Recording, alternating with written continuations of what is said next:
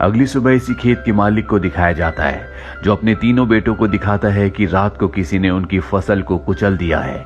इसीलिए वो अपने सबसे छोटे बेटे, जिसका नाम जॉन है, जिसे सब बेवकूफ समझते हैं, रात को खेत पर पहरा देने के लिए कहता है। और जब वो रात को खेत पर पहरा दे रहा होता है, तभी वो देखता है कि उसके पीछे एक सफेद, बहुत ऊंचा और लंबा घोड़ा है, जिसे देखकर वो पूरी तरह से हैरान हो जाता है। वो उस घोड़े को पकड़ने के लिए उसके ऊपर रस्सी का फंदा फेंकता है, लेकिन घोड़ा भागना शुरू कर देता है, जिस वजह से जॉन भी घोड़े के पीछे रस्सी को पकड़कर घिसटता हुआ आगे बढ़ता है और अगले पल वो घोड़ा एक दलदल में गिर जाता है। ये देखकर जॉन को बहुत दुख होता है, इसीलिए वो घोड़े की रस्सी को एक विंडमिल के साथ बांधकर उसे दलदल से बाहर निकाल देता है।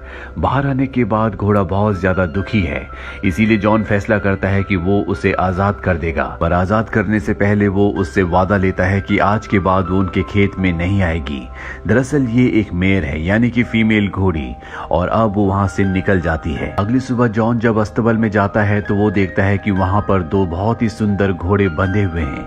यहाँ पर एक छोटा घोड़ा भी होता है, जो उसी मेयर का बेटा है जिसे रात को जॉन ने बचाया था। वो जॉन को बताता है कि मेरी मॉम तुमसे बहुत खुश है, इसीलिए उन्होंने तुम्हारे लिए गिफ्ट भेजा है। अब जॉन देखता है कि उसके पिता अस्तबल की तरफ आ रहे हैं और वो नहीं चाहता कि उन्हें इन घोड़ों के बारे में पता चले, इसीलिए वो अपने पिता को बाहर से ही वापस भेज देता है। और इसके बाद एक बार फिर से वो उस छोटे घोड़े के पास आता है, जिसका नाम फॉल है।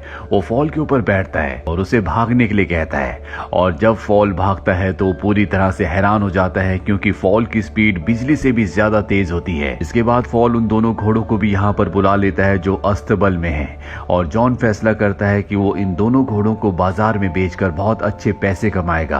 और जब जॉन घोड़ों को लेकर बाजार जाता है तो सब के सब इन शानदार घोड़ों को देखकर हैरान हो जाते हैं। हर कोई इन घोड़ों को खरीदना चाहता है। फॉल जॉन से कहता है कि जो आदमी बेंच के ऊपर बैठा हुआ है, तुम इन घोड़ों को उसे बेच दो।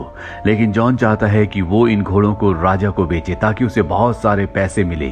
वो घोड़ों को लेकर राजा के पास जाता है और राजा का मंत्री राजा से कहता है कि ये घोड़े इस लड़के के नहीं हो सकते, जरूर इसने इन घोड़ों को चुराया है।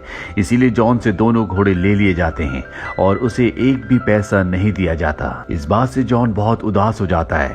जॉन को उदास देखकर फॉल जोर से हिननाता है और वो दो घोड़े जो राजा अपने साथ ले गया था, जो राजा की बग्गी को खींच रहे होते हैं, वो फॉल की तरफ यानी कि जॉन की तरफ भागते हुए वापस आ जाते हैं, जिस वजह से राजा की बग्गी आटे की बोरी के ऊपर गिर जाती है, जिससे राजा का पूरा चेहरा सफेद हो जाता है।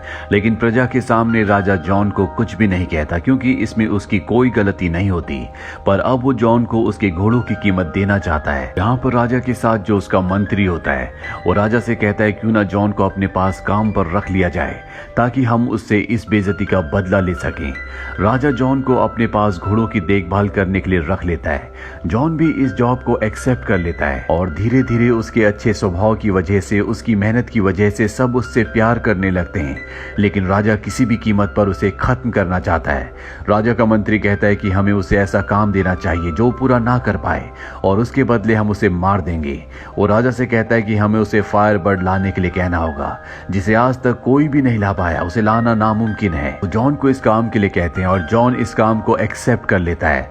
फॉल उसे कहता है कि तुम ऐसा नहीं करना चाहिए था, फायर बर्ड को लाना इतना आसान नहीं है। पर जॉन ने अब इस काम के लिए हाँ कह दिया है, इसीलिए फॉल उसे अपनी पीठ पर बिठाकर बिजली की रफ्तार से यहाँ से दूर एक जंगल में ले जाता है, जहाँ फॉल सबसे पहले उसे एक पेड़ के पास ले जाता है जिसमें ड्रीम नट्स होते हैं।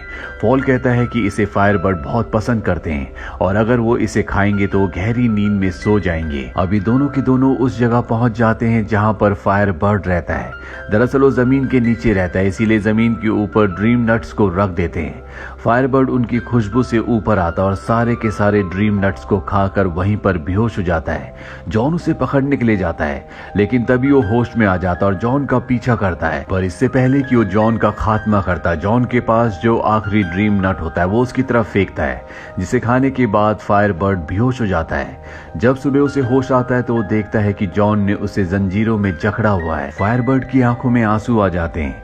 ये देखकर जॉन को उस पर दया आ जाती है, वो उसे आजाद कर देता है। फायरबर्ड यहाँ से उड़ जाता है और एक पंख यहाँ पर जॉन के लिए छोड़ देता है। इसके बाद जॉन वापस अपने राज्य आ जाता है, जहाँ पर वो राजा को और पूरी प्रजा को ये कहानी सुनाता है। पर राजा उसकी बात पर विश्वास नहीं करना चाहता। हालांकि वो राजा को फायरबर्ड का पंख भी दिखाता है, लेकिन इस वक्त वो आग की तरफ